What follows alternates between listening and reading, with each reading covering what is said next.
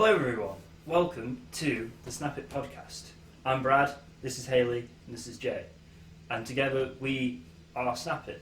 So, let's begin with the first thing of, what is Snapp-it?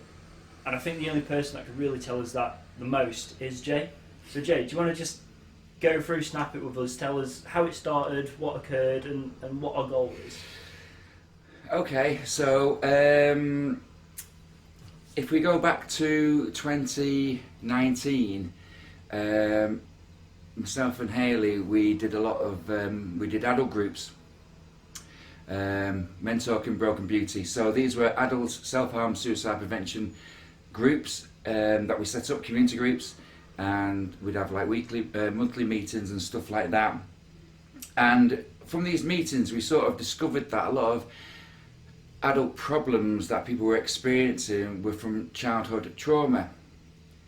So with that in mind, we went to Chesterfield College and we did a talk to the students, basically just to raise awareness, break the stigma, and so they could, they break the stigma of being able to like talk about how they feel or seek help from somebody.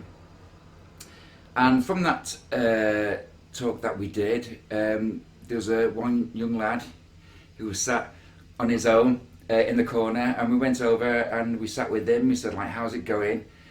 And he said things weren't going too well. He was having a lot of problems in his life and a lot of issues he was trying to deal with, as well as the realization of that he's got his exams coming up in the summer, and that the thought of failing them left him with no other option but coming to the conclusion that, what's the point in carrying on? And so from that conversation that we had with him, he went, and then literally 3 weeks later the UK went into lockdown, and we was at home, working from home at the time, wondering about this young lad and thinking about what he'd said, and what we could do to help, considering how vulnerable he may have been, especially now that the whole country had gone into lockdown. And so it was on the back of that, really, that we decided to do something rather than nothing. And so the idea of Snapp-it really evolved over time. We decided to help this young lad, bearing in mind we was all under lockdown, so we thought of like options that we could do. And then the idea of having something that's accessible through a mobile app, because of the social distancing that was happening at the time, just seemed like the right thing to do. And it seemed to like work in that we could provide a young person with the means of accessing an app with all the services and support and help that's out there through a QR code which they can scan. So we don't have to personally speak to a young person. They could pick up a flyer or a wristband or a lanyard or anything at all with a QR code on, and they could take that away with them, and they could scan that with the phone, and then they could access all the services and get the help that they want in their own time for whatever it is that they're suffering with. So that was really the idea behind it. So we spent probably about a year just sort of thinking about how we could actually make this a reality, make this model work. Bearing in mind we was under lockdown and things like that, and social distancing, so we spent long and hard thinking that we could come up with the idea of having a QR code that you could scan. Young people these days, they all have mobile phones, and so that's where Snapp-it was kind of really formed from, really. That's where it began. How efficient? So for the people that obviously don't know us, we've been doing this for quite some years now. Yeah. 3 years. How efficient do you think it's been in getting people to access mental health? Because obviously, as we all know with like the charities, sometimes they don't reach out as much as we want them to, and 50% of people in the UK with generalised anxiety disorder, for example, don't get access to the help that they actually need. Yeah. How much more efficient do you think it is that we've just gone, do you know what, let's go to them directly? Oh, it's a game changer, really. I mean, Snapp-it in essence is all about knowing what to do, where to go, and what to say. And so providing that means of accessing support services through a young person's mobile phone opens up the doors totally, so they don't have to see anybody, they don't have to speak to anybody. They could just scan the QR code and then they've got access to all these services which they can choose whichever one is right for them. And so in terms of promotion and distribution, you can it's a lot easier to get a QR code out there and promote it through flyers, posters, banners, in that sense, than it is to actually speak to people on an individual basis. And the ripple effect is far greater as well. So we can provide the QR code and the flyer through a digital email, and then we send that over to somebody, and then they can then send it on to somebody else and whatnot. So it provides a lot more accessibility really for the app itself. No, of course. Now, obviously, Hayley, for the people that don't know, you spent a lot of time doing the links behind Snapp-it and seeing what goes where. How do you think that's come across in order to help people find it more accessible? Since obviously we'll put more details at the end of the podcast about Snapp-it, what it does, and all the links provided in it. What was it that made you go, okay, we need this link here, this link there? How is it all structured? Well, a lot of it's content research, obviously, and it's the most important thing, because if you do not put the right content in, then the right support's not there and a young person won't use it. So it's thinking about every young person in every individual situation, covering all sorts of things, from it might just be anxiety, depression, all the way through to, self-harm and suicidal ideation. So eating disorders, everything's in there. So we've had to kind of think of all the issues that a young person might struggle with, and then go in depth researching appropriate, safe content with the right information that's young person led. So it's sending them the correct information without triggering them.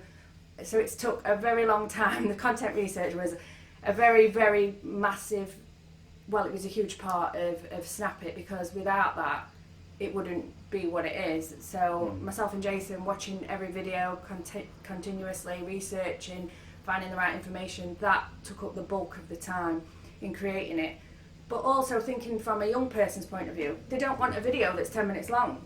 No. They want a video that's 2 minutes long. And so kind of trying to find the correct one, it was a bit of a challenge and it took a long time, but it's well worth it in the end. And we know that young people use Snapp-it because we can see behind the analytics, of the data, we can see how many young people have used the app. So we've delivered so far to just over 23,500 young people in Derbyshire to date, and regularly using the app, there's about 4,000 young people every month. So, and they're regular users. So we can see that it is working because they're going online and they're physically using it.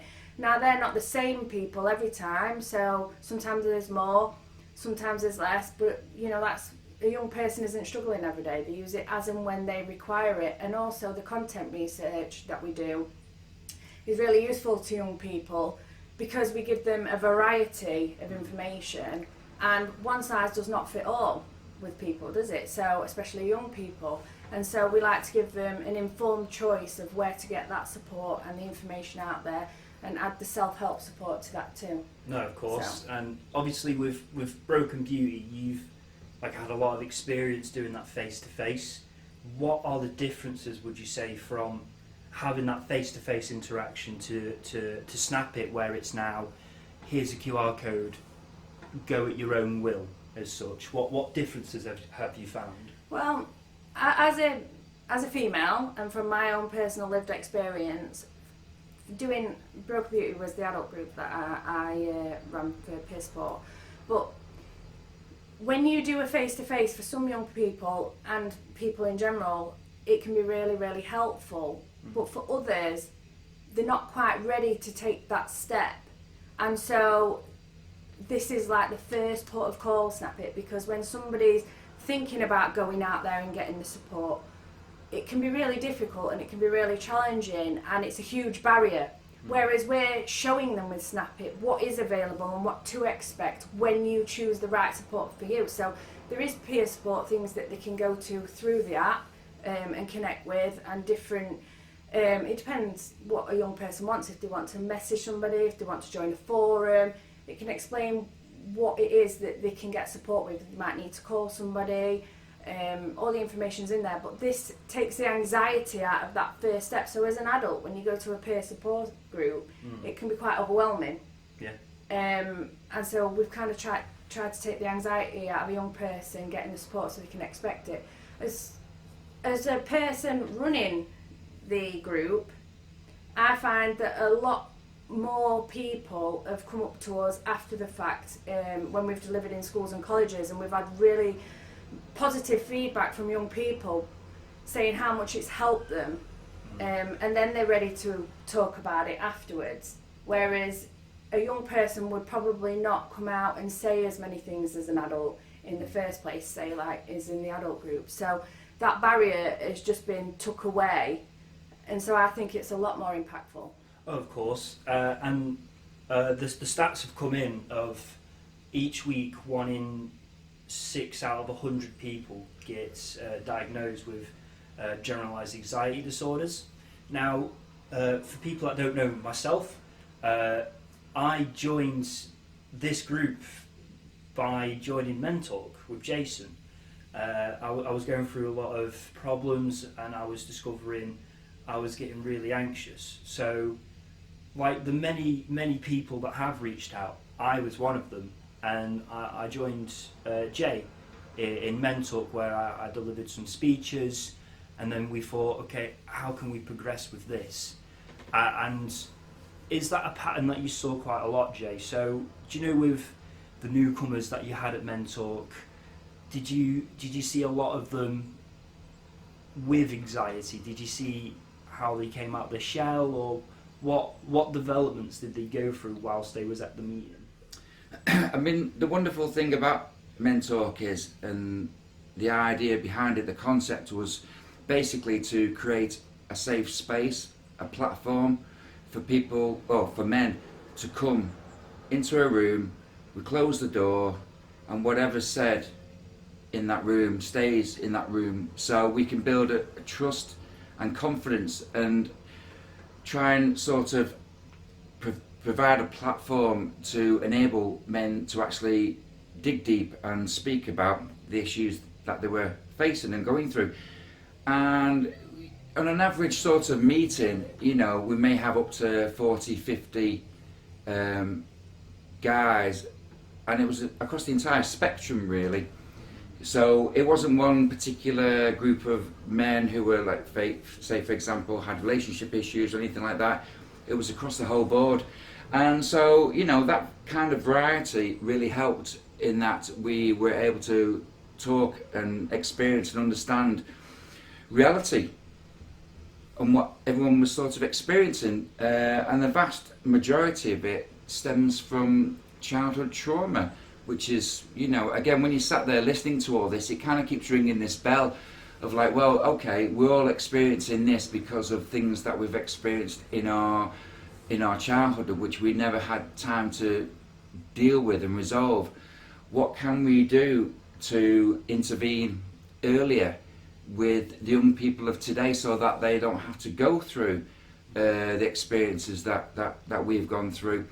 And so it stemmed from there really. And so with that in mind, when you've got an early intervention approach, you can go to the younger people and sort of address them and go, okay, we've experienced these problems, we've spent a long time trying to come to terms with these problems. We don't want you to go through these issues. We want you to have the best life you can possibly have. You don't have to suffer throughout your life. You can, if you are going through a tough time at the moment, you can resolve them, or you can be or feel empowered enough to cope or deal with whatever you're going through, just with some simple knowledge and some information, and whatnot. I mean, the project itself, Snapp-it, was inspired by young people. So basically, we asked them what it is that they're going through and what they're facing, you know, what can be done to help them so that they don't have to experience these issues. And it was totally different to what we thought it might have been.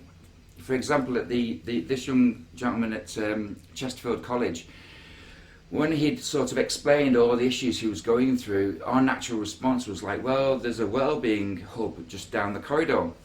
They spent a lot of money on it. It's a great place, it's available, it's free, you literally just walk in, you can sit down, you can talk to someone, they will listen and help you. And that was our sort of stance, is it, from an adult perspective, is like, why don't you go into the wellbeing hub?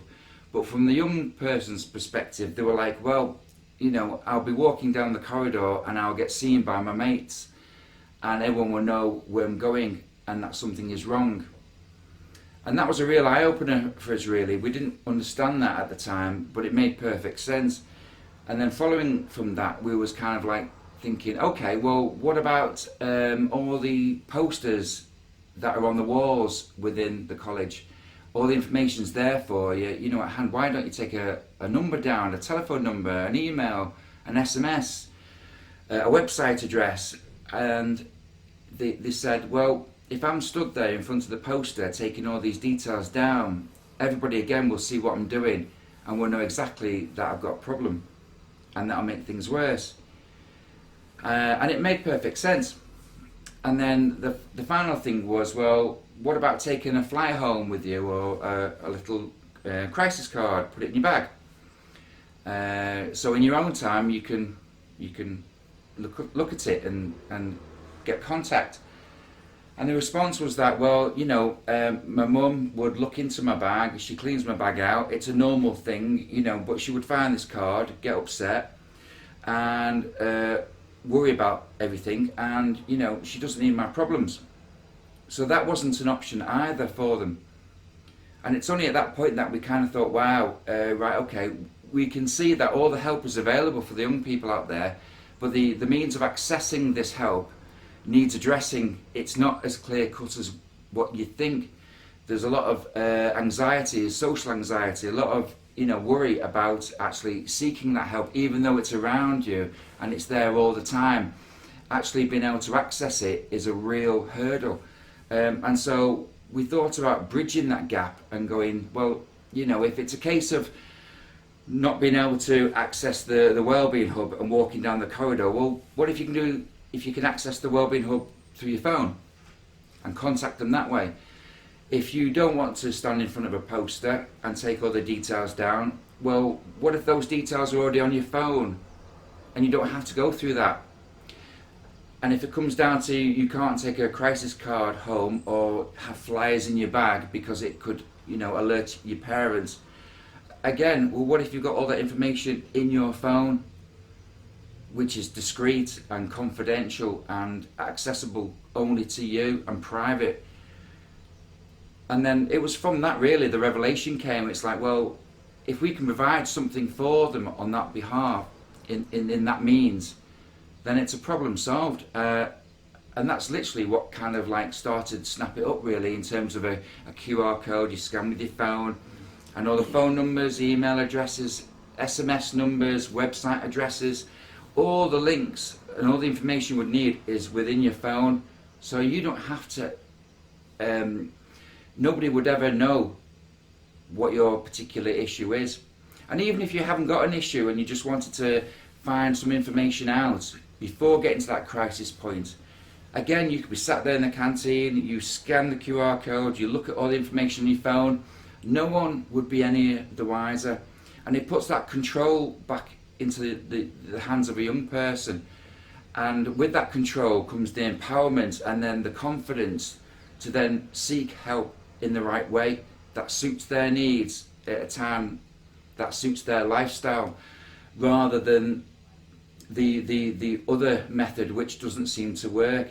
And so it just went on from there really. We just sort of reacted to what they told us to do. We developed it and it worked because it suits their needs. Yeah, Now I'm going to take us all back to our first talks. So obviously we did our first talk together, and then you joined us, and then we had that trio. I remember that first talk. And let's dive into that. So there's a local school around our area which has unfortunately had one of the students lose their own lives, and me and Jay knew about this, and we went, okay, we need to do something, and we thought this is where our first talk could be, in order to shine a little light on the other students, show them that it's okay not to be okay.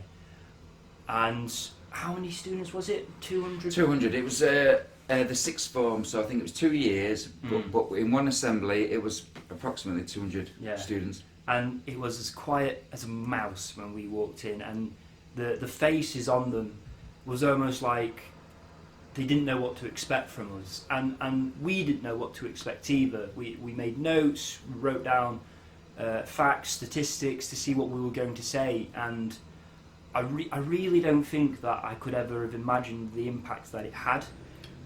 It was quite, once it was done, it was quite a sense of relief, wasn't it? Yeah, absolutely. I mean, I think first of all, because we were late on that morning, we had to literally run to the actual hall. So we had to run through the entire school, and they were mid-assembly, and they literally had the last 10 minutes available that we could join in. And so we were ushered straight into the assembly hall, 200 kids. They looked at me and Brad. They thought, "Is that Brad's dad? What's going on? What's this all about?" And we had an introduction to say, "This is Brad and Jay. They're from Mentalk. They've just come to say a few words." And so it was kind of on that sort of platform really that we just spoke to them face to face. There was no presentation. There was no bullet points on a laptop. Nothing like that. We just spoke to them from the heart and from experience.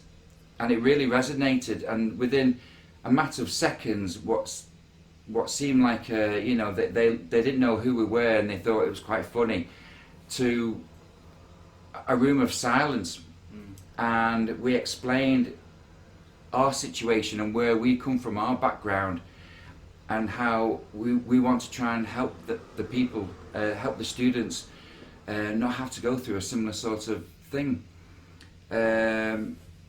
And you could hear a pin drop within 30 seconds. And it was at that point then we both realised that they are really listening, and they appreciate that we're not a big corporation, we're not a big name, we're just human beings who care about the young people in our community, and we want to help them just by sharing our experiences. And it really hit home, really. It made a huge impact. I remember they came up to us afterwards, didn't they? And they was like, "Thank you for this." They even shook our hands. We were so shocked by the the applause and the feedback that we got. I think that's really what drives me to keep going. The feeling of it's making a difference. Well, it's funny you should mention that, but some months later. Well, yeah, I was walking the dog.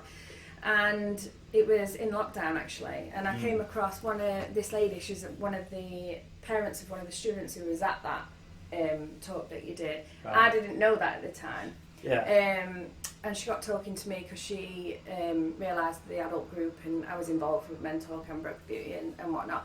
And so she went on to tell me, and broke down in tears and got really upset that through that talk, her son had basically sat down and talked to her following that talk, because he had already planned to take his own life.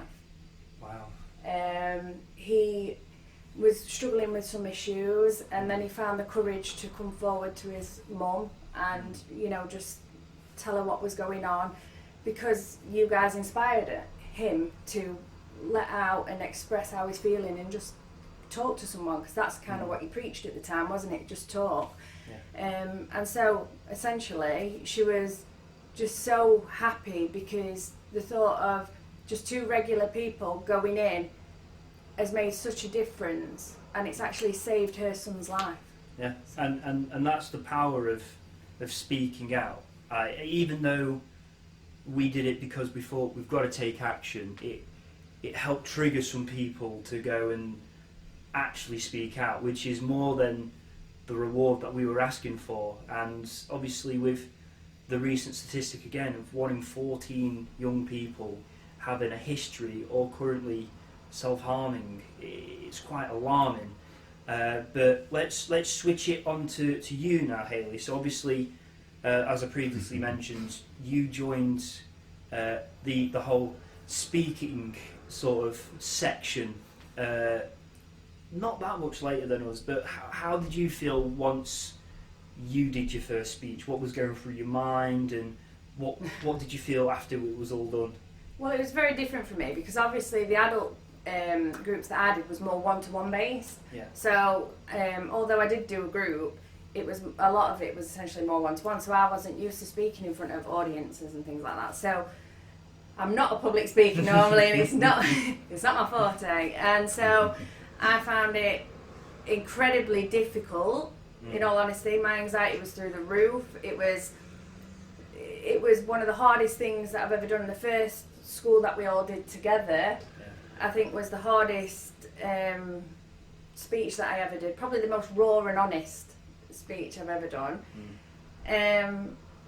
But I won't change it for the world, because once you get through that first initial one, yeah, it's still hard every time. But then when you see the young people's faces, and every time you speak, you can see you're having an impact on them, and they're listening, and you can see who's little emotions in their face and things. You can see who's affected and who needs it. And it might not be the people that, say, because we're delivering in schools and colleges, that teachers or staff would expect. It's those who probably hide it a lot better. And so standing at the front of a huge assembly and seeing that feeling is quite overwhelming. And I've had moments where it's kind of, in all the talks we've done now, even now, you know, and the ones we've got coming up, I know it'll happen again. If I catch the eye line of one young person who has that gulp in their throat and that look in their eye, then for a minute I lose all train of thought. I don't know what I'm talking about. I'm so connected and think, oh, that, you know, how can we help? On it a lot, don't you? Absolutely. You just think, how can I help that young person? Then you think, do you know what?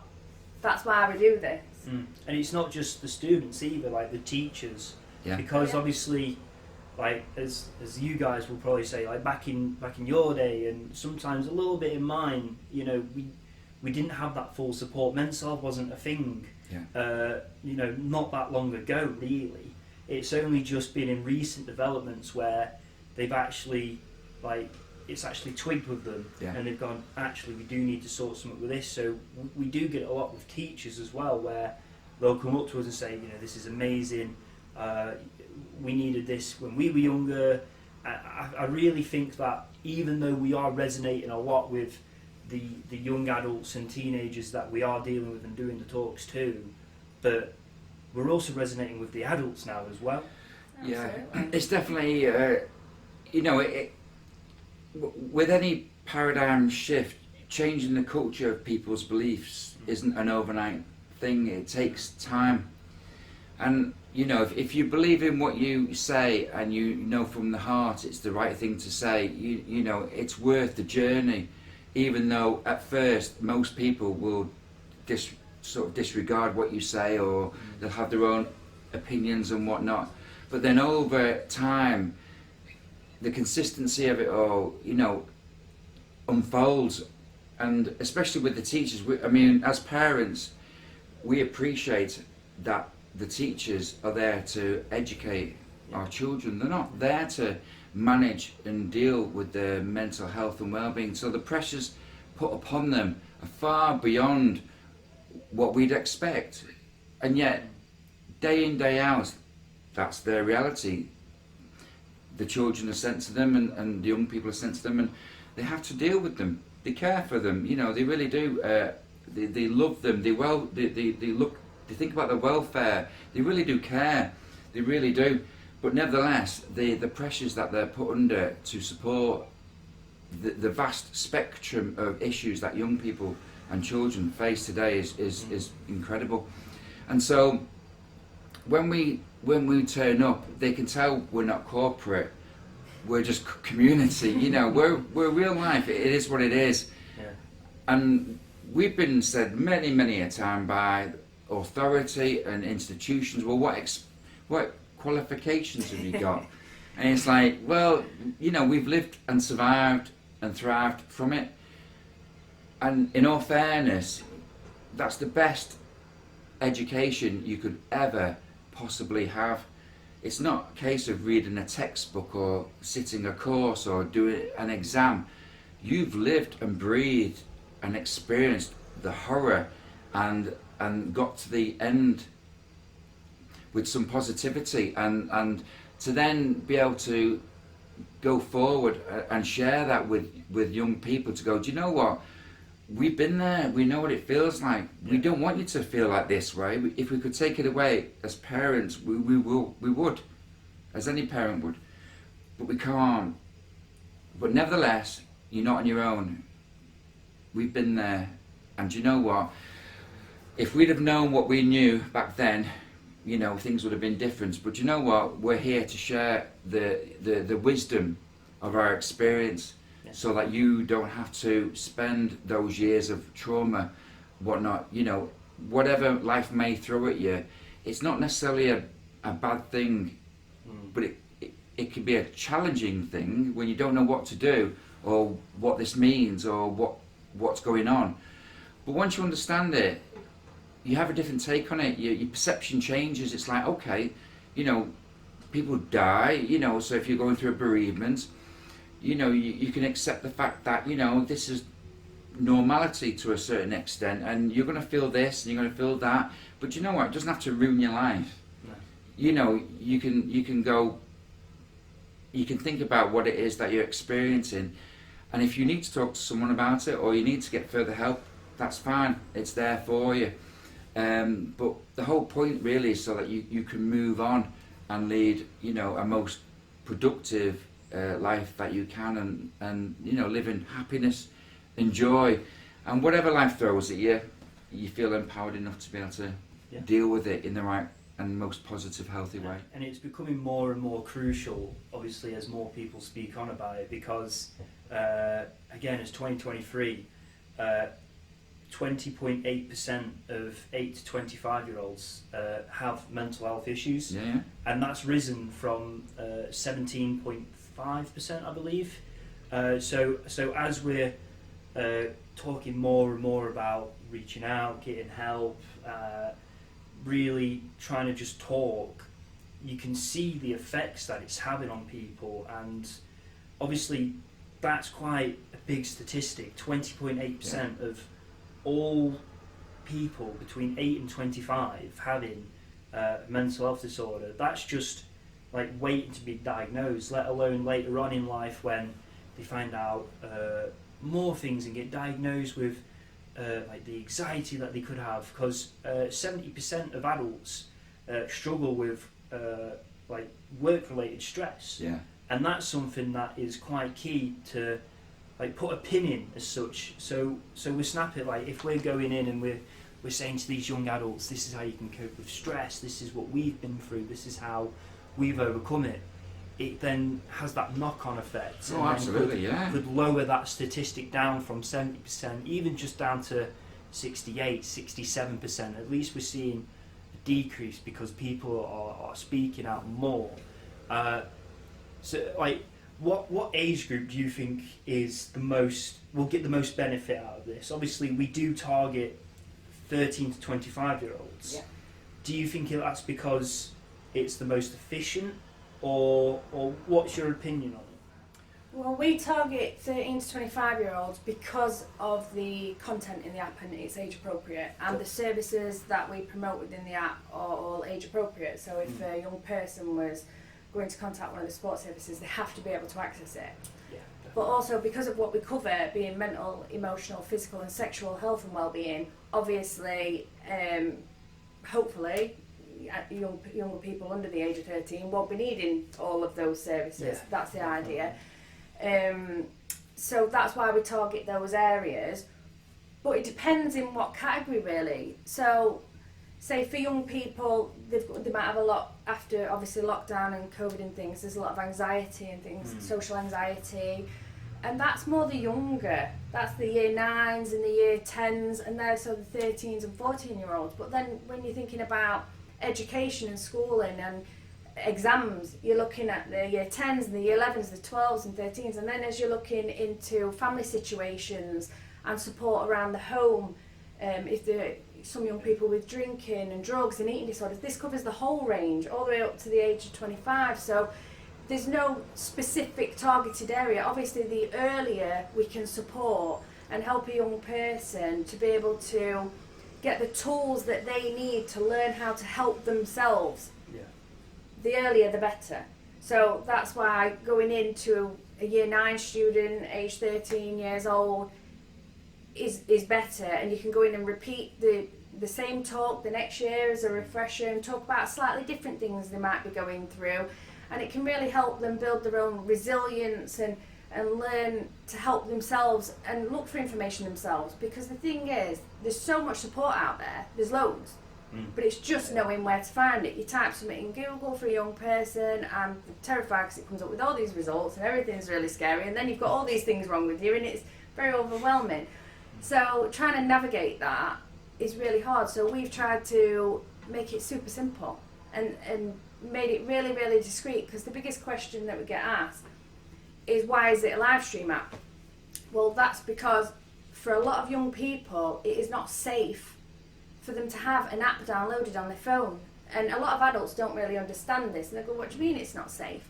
Well, if a young person is in a coercive controlling relationship, or they're living in a home of domestic violence or anything like that, then they can't really have these things on their phone. So having access to support services that's safe, discreet, easy to use and access, and not traced, so people can't look up your search history because it's done through the app. So if they want some support, and if they're worried about one of their parents, if they're drinking heavily, or if they want some support with an eating disorder, or they're really struggling with depression, or they're a young carer and they like support but they don't want to reach out using their own internet and typing things in because they're worried that their parent or sibling who they care for will feel like they're a burden. And so there's a lot of pressure. And then the other side of it is, well, what if the mates see it on their phone? Or young people don't have a lot of storage on their phone, and so having a live stream app, they don't need to have it on there, so it's really easy to access. And also, if a number of a service changes and we update it, it's updated straight away. So if they want to call somebody, they can press the icons within the app and connect with the right service at the right time instantly. So it's a huge, huge thing having it that way. And so for a 13-year-old, they're more tech savvy than we are, you know. So they can figure it out. It's more the adults we have to explain it to. They're straight on it and get the support, and they understand it, and it's really right for them. It's really safe, discreet, easy to use, and so these skills that they learn within the app with the self-help information can then support them, like you say, through on into adulthood to help reduce when they should need other services. Just explain as well, so for those that haven't used the app, obviously, as you said, you know, we've got 5,000 links on there, it gets updated about constantly. 6,000. 6,000. I stand corrected. Anyway, obviously, that's a lot of links. Yeah. So, explain how it's been simplified down. So, for example, with anxiety, obviously we're showing, is it the 7 different types of anxiety?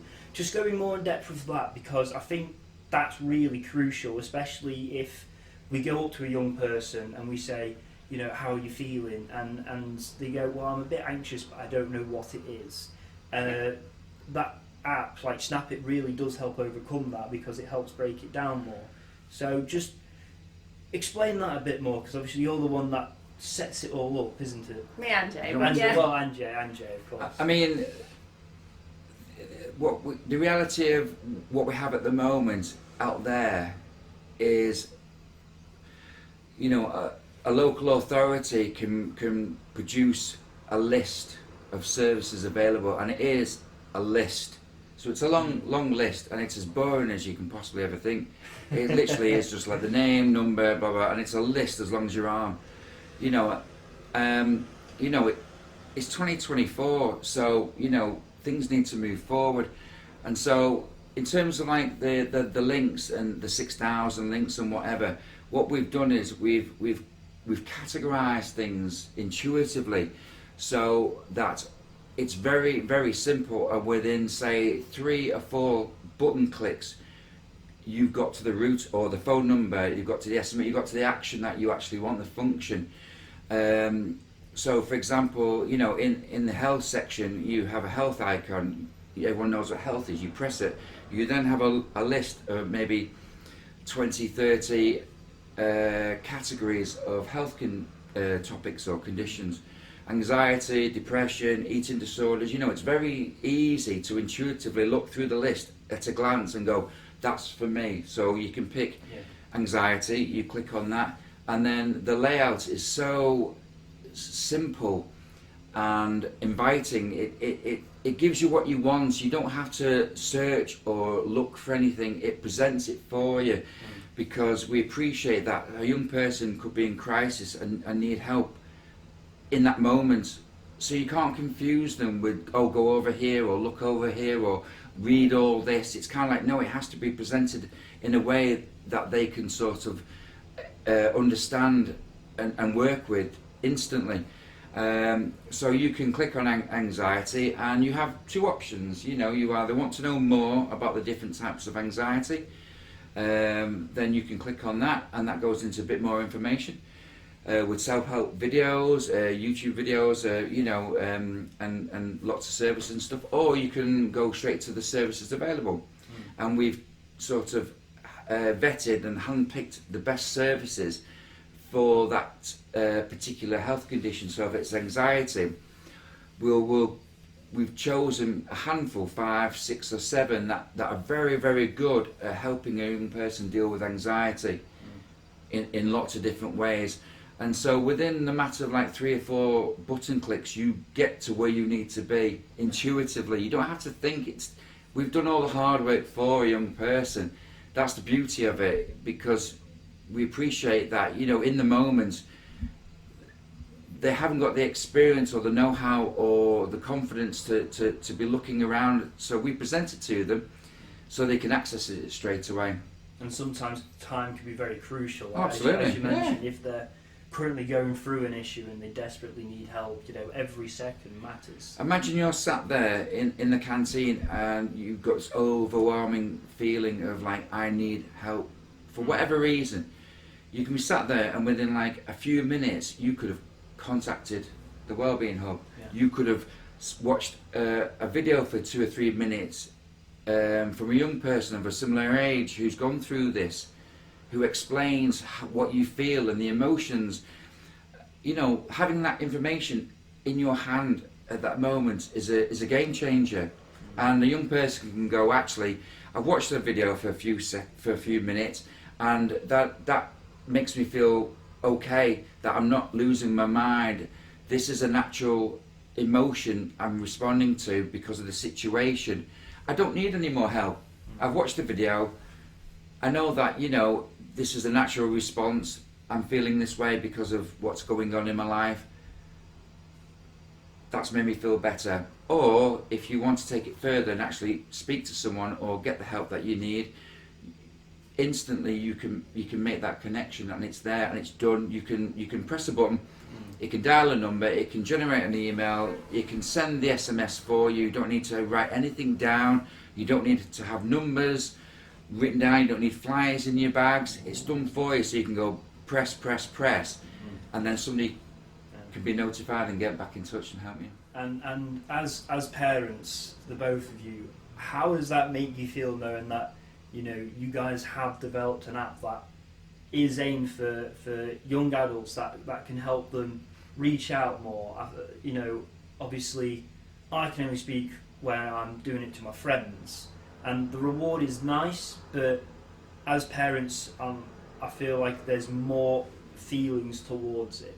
Absolutely. I mean, ideally, in a perfect world, we wouldn't need to be doing this. And as parents, we'd be quite happy with that. You know, we're not in this to make millions or to gain. If anything, it's to sort of counteract issues that young people are facing today. Ideally, these issues would not exist, and everything would be great. But the fact is, we're in a position, fortunately, to respond to what they need. And again, fortunately, you know, we've gone through so many loops and challenges and, you know, false starts and all sorts, but fortunately we managed to get through them all and provide something that they need. And as soon as they don't need it, job done, wonderful, you know. But if they do need it, then it's there for them. So, you know, it's a means to an end, really. Definitely. And if it's used, fantastic. If they don't need it, that's great. Yeah, no, of course. I think for me it's slightly different. So, because we've all experienced our own things which led us here, but because I've experienced suicidal ideation and different things, different issues in the past, I know all too well what that feels like, as we all do. And so, for me, it's not so much necessarily as a parent, but as a person.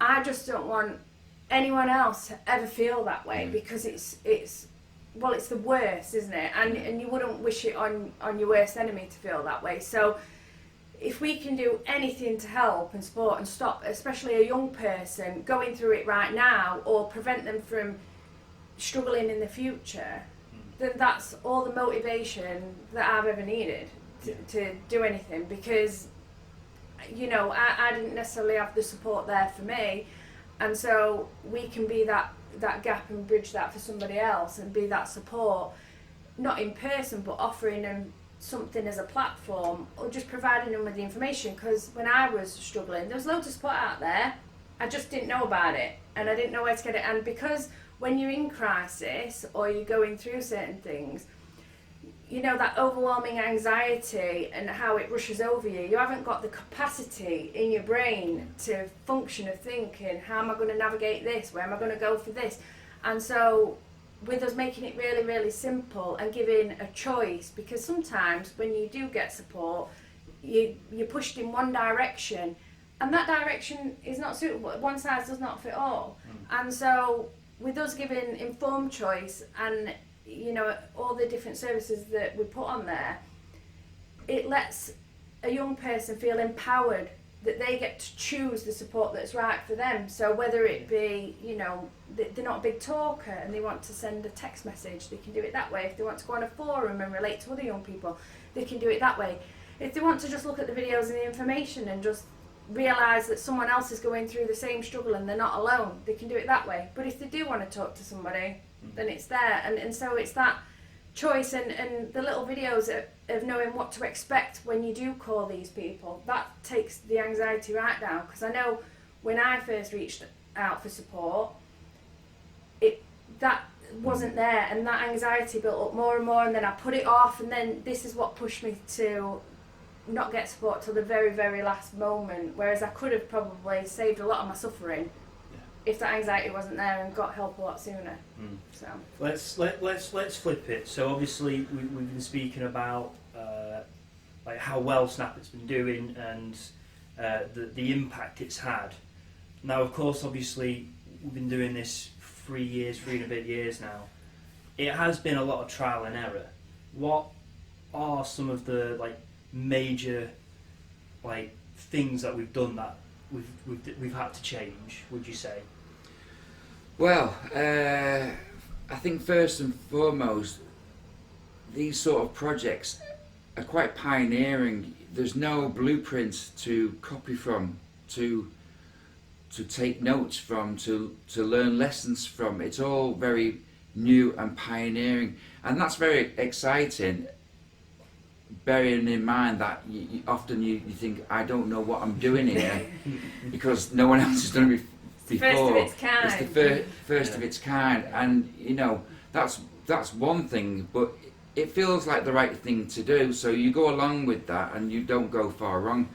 And then I think the other most difficult bit is, again, the paradigm shift, the embedded culture of people's thinking.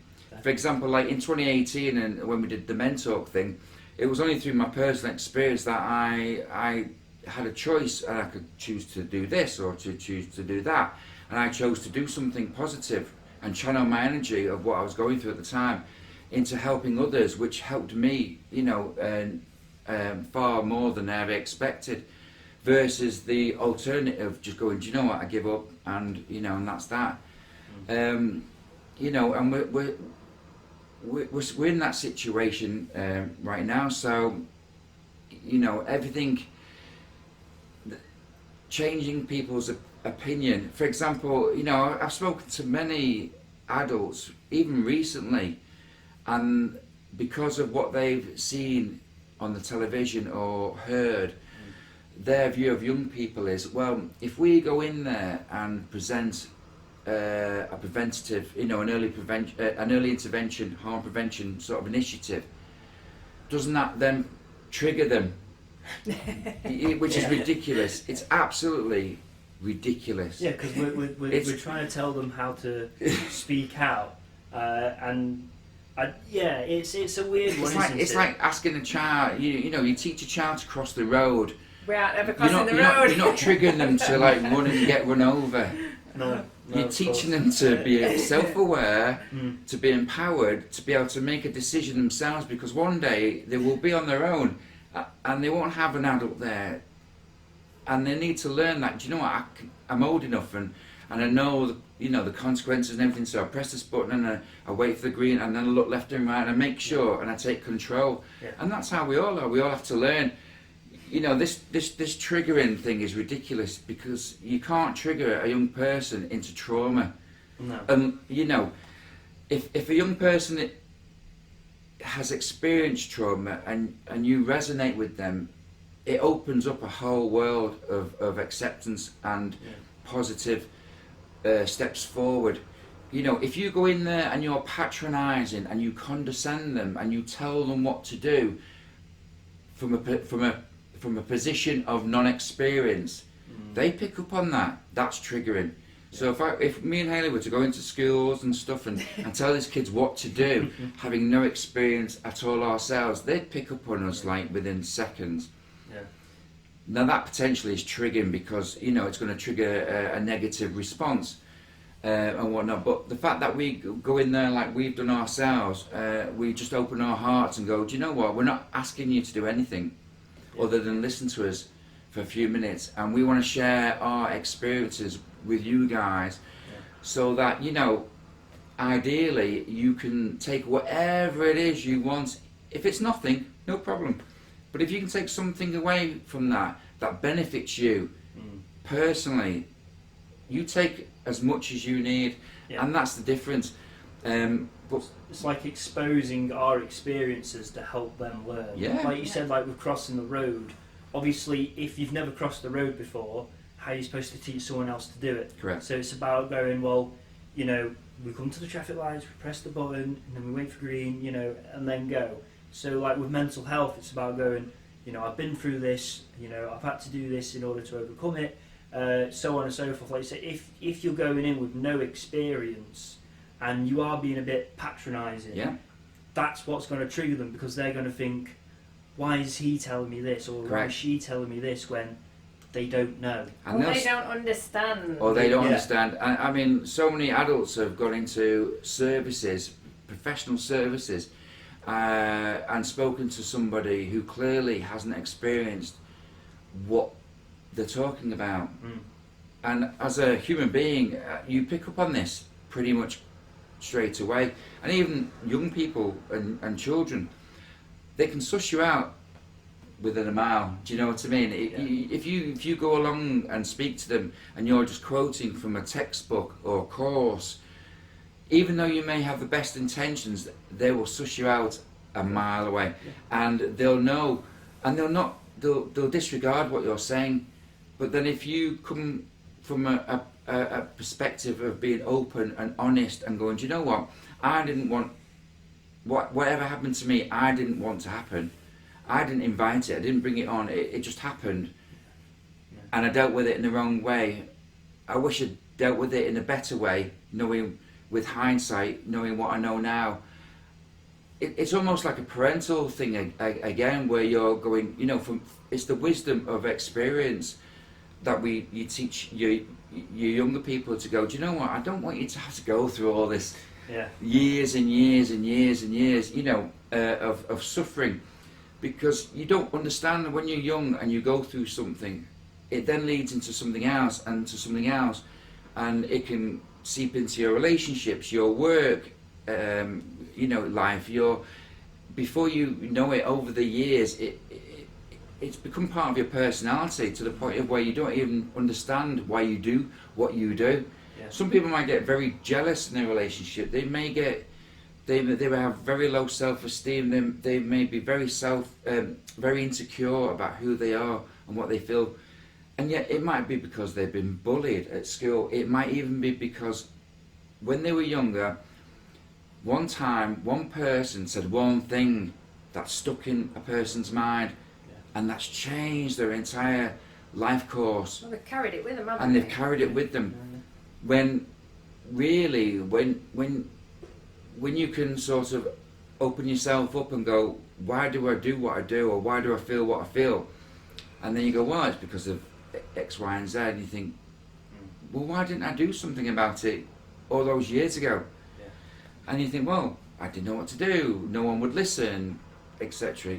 So the whole point really is like, so when we go into a school environment and we talk, as you've experienced, you're in front of these couple of hundred kids and stuff, and they are analysing you on a level that you're not aware of, and they know straight away whether you're the real deal or not. And if you're the real deal, they'll believe you. There's that trust. What you say resonates, because it's all about positive well-being. It's not about negative well-being. It's about going, do you know what? You've got a whole life in front of you. Don't waste your life figuring out your mistakes, when if you're aware of your mistakes, you won't make them again. It's as simple as that. And so that's the difference. And the kids catch on so quick. Oh, 100%. They listen to you and they respond and they like embrace it, and they're like, God, yeah, do you know what? Thank you. I appreciate what you've said and whatnot. And they go off and that's great. But the adults, they take far longer, to sort of like appreciate what you're saying and the reasons why you do it. But at the end of the day, we're not here to support the adults. We're here to support the kids. I think the biggest thing is as well, going in and talking to kids and using raw honesty.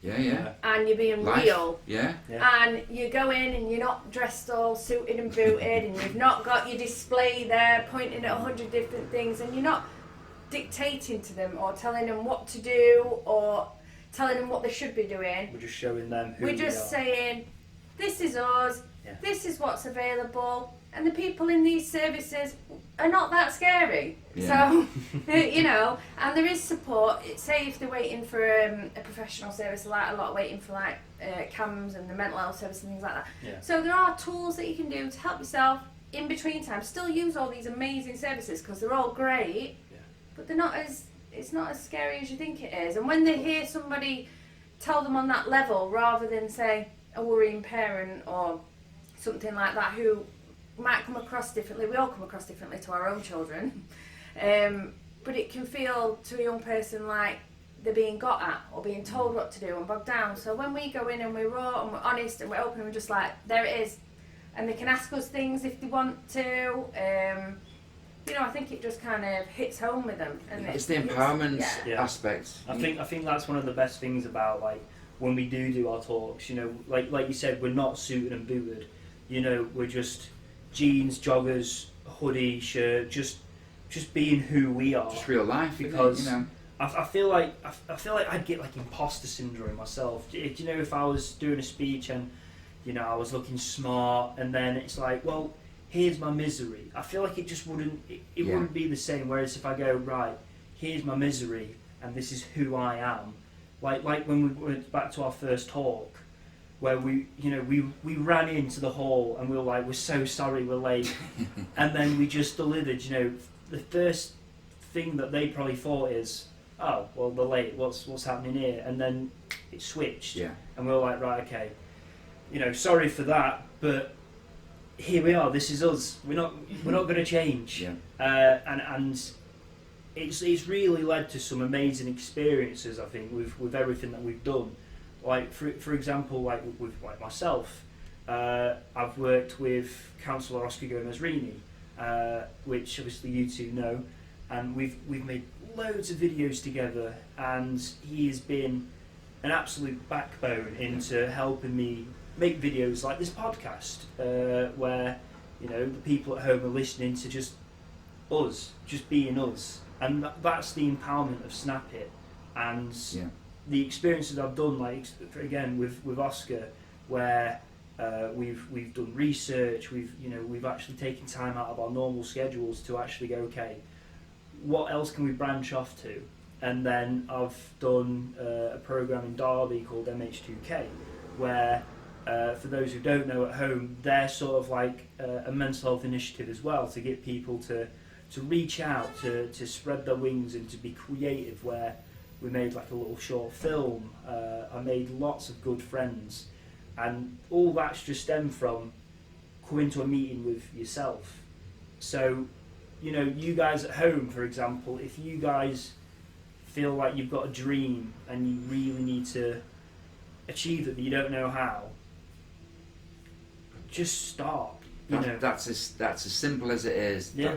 Just start and accept and appreciate that you're starting from the very bottom, but yet just making that initial start in whatever form that is, just doing something as a start. That's the start of the journey, and you'll be surprised at how quickly things start to escalate and unfold, and before you know it, you're running along where it wasn't that long ago you were sat there thinking, well, maybe I should start, but I won't today, and then nothing happening. And then dreams change as well. So for you, for example, Jay, obviously you were a DJ before, weren't you? And you absolutely loved it, didn't you? Well, I was an IT professional for 25 years. It was also one of those. but I did DJing on the side as a hobby. Potentially a profession, but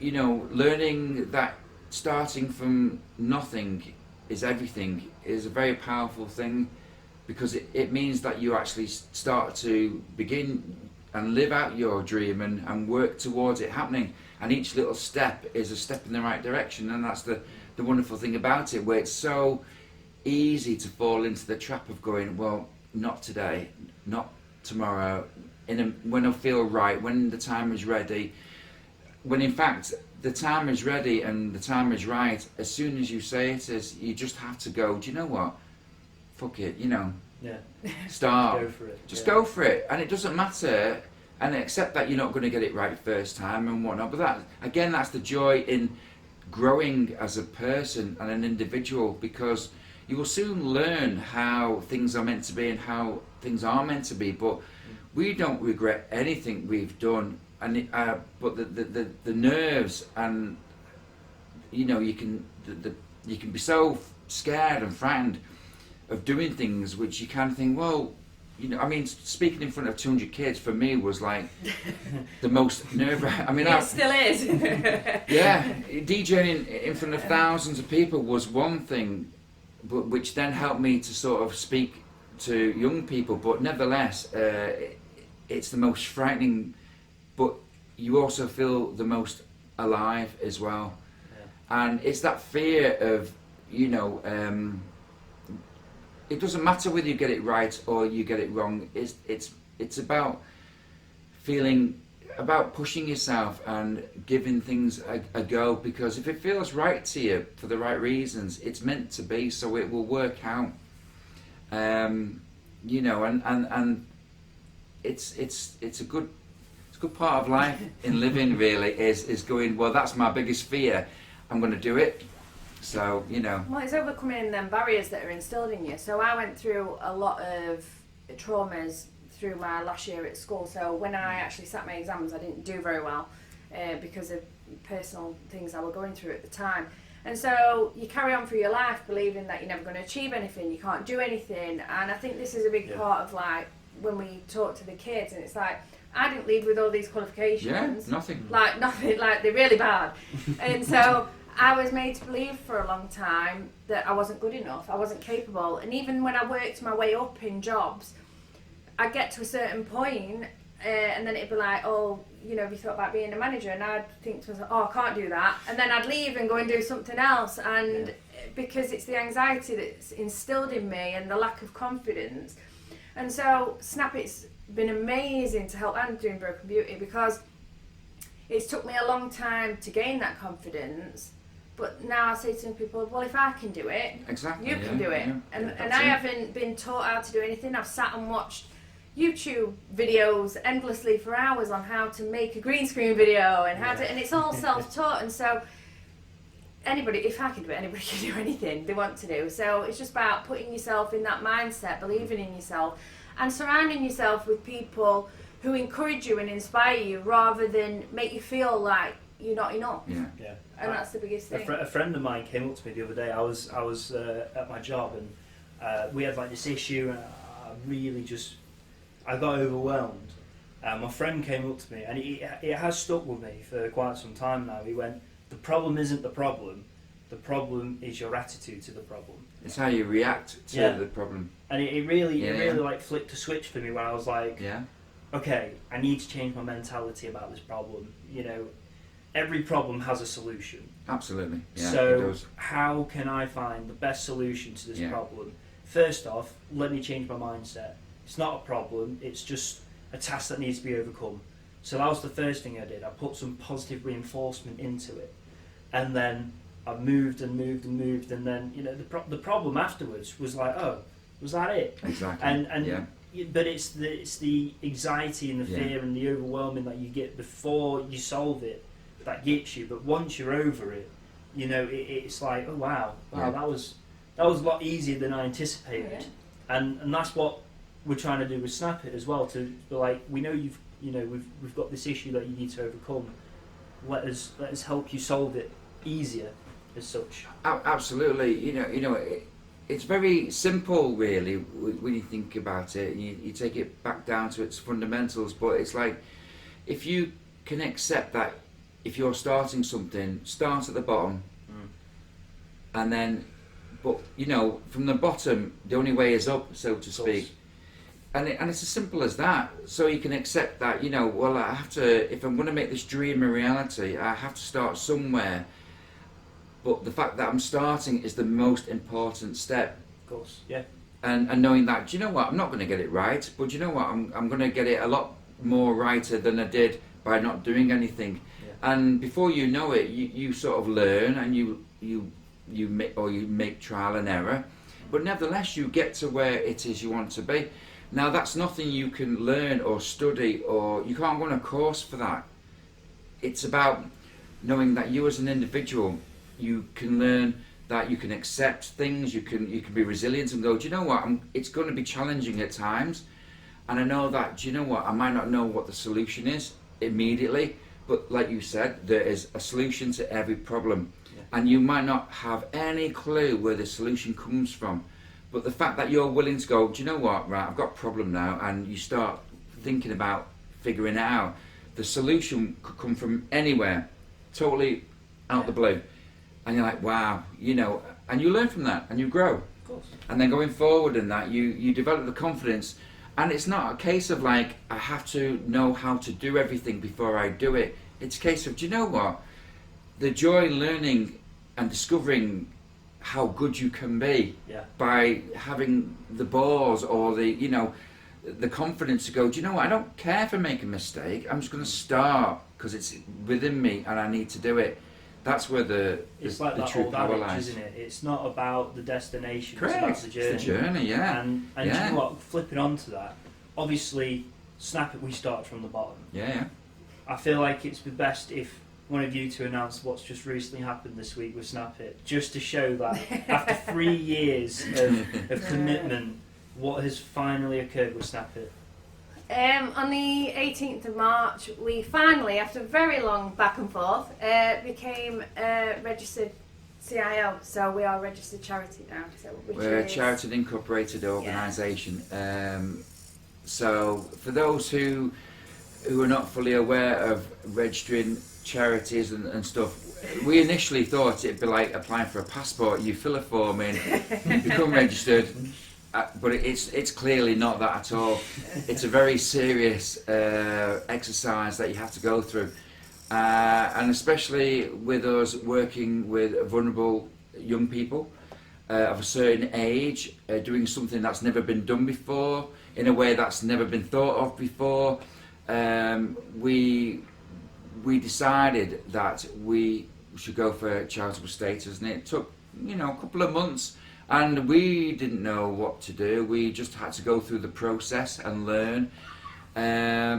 But fortunately, the endeavour that we went through in the journey, we've learned so much just by the registration process, because it is a vetting process. They vet you, the Charitable Commission, to the cows come home, which is the right thing to do. And even though we're fully confident, because we've been doing this a few years now, that what we've experienced and what we've done is the right thing, nevertheless, when you apply for charitable status, you have to present it in a way that is in accordance with the law. And so, with that said, we're pleased to announce that after maybe 6 to 8 weeks of back and forth. Learning, growing exercise. Long days, long hours, and lots of. We satisfied the criteria, and we got the CIO status, and now we are a fully fledged registered charity, which is great. It's a milestone. It doesn't change what we've done or what we do, but nevertheless, it's a real milestone in terms of the outer world. So when it comes to seeking funding or confidence from other authorities or governing bodies or even the general public, it can put their mind at rest that we've done everything within our power to take something which was just an idea from a conversation we had with just one young person to 3 years later supporting near on 25,000 young people. With a heckle of a lot more to do out there, but nevertheless being in a position to be able to go confidently that from just one conversation we've been able to figure out and be inspired by young people and present something that, do you know what, seems to work. And as long as it works, we're more than happy to carry on. And the moment it's not needed, we're happy to release it and let it go.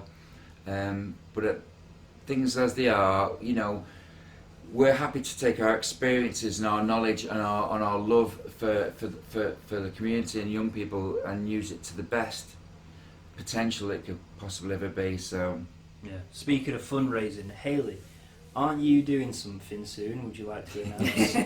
Yes, I am. Me and my very, very good friend Sarah are taking on Ben Nevis. And for some people, you might think that's not a massive thing, but for me and Sarah, that's a huge challenge. So personally for us, and we see going up there, it's like the struggle that you have with mental health. It's a massive hill you've got to climb to get to the top. Oh yeah. And something to overcome. And so for us, it's a huge challenge, and we're doing that on the 25th of June. We're hoping to do it in some sort of quick time, but we'll see.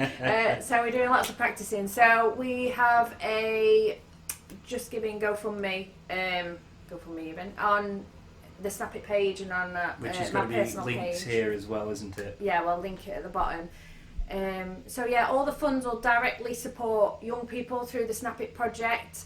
I set it up before we kind of knew about the charity status, but so yeah, all funds will directly buy some of the wristbands and phone badges that we give out to young people. So we're hoping to raise £1,000 to support 500 young people. Yeah. So it's £2 per every person. That's how much it costs. And that's the beauty That's all it costs. of this project and where it comes from. The fact that it's just, you know, the three of us, Yeah. you know, and the fact that we're willing to learn to, whether it's make videos, whether it's to do assembly talks, whether it's to design the wristbands, to come up with the model of the app, develop the app. We've done everything ourselves between the three of us, and we are just everyday regular people. Yeah. And because of that, we can say with confidence that we can support a young person for £2, Which is nothing at all. which is, you know, It's buying the product with Yes. the QR code on for them to have, and keeping the app on that's all online. it is. That's yeah. it. That there's Yeah. no other costs involved. Like your wristband you So- got there, that's what the money goes towards. We don't produce these, obviously, and you then know. they have little phone badges that So go whether sweetly it's in a phone wristband cases. or a phone badge or a phone case badge, you know, the funds go to procuring them, to buying them, and we give everything out to young people, families, services. Everything we give out is for free. We don't charge. There's no subscription. There's no subscriptions. Or There's no adverts in no the adverts, app or nothing. anything like that. It'll have- never ever cost either, because Correct. there's never a price to put on someone's mental health. So Absolutely, it'll yeah. always be free. That's the deal. Yeah. And so obviously funds have to come from somewhere, and whether it's as Hayley walking up Ben Nevis or getting a charitable status, so we can seek funds from other funding bodies. It enables us then to provide the service and everything for free, Yeah. because that's how it has to be. And I think on that note, I believe that should be everything that we've covered. I then. think so, yeah. So Facebook groups, Snapp-it is on Facebook and Instagram. It's under Snapp-it Derbyshire on Instagram and Snapp-it on Facebook. I think it's worth mentioning just before we go, we wouldn't have been able to get where we are today Yeah. without the love and support from our community heroes and their families.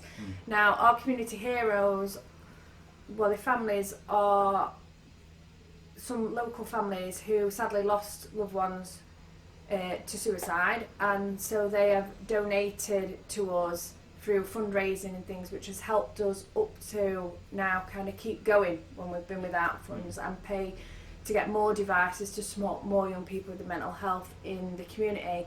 And really, without the support of those families, and we have some great relationships with them, they're absolutely awesome and they know who they are.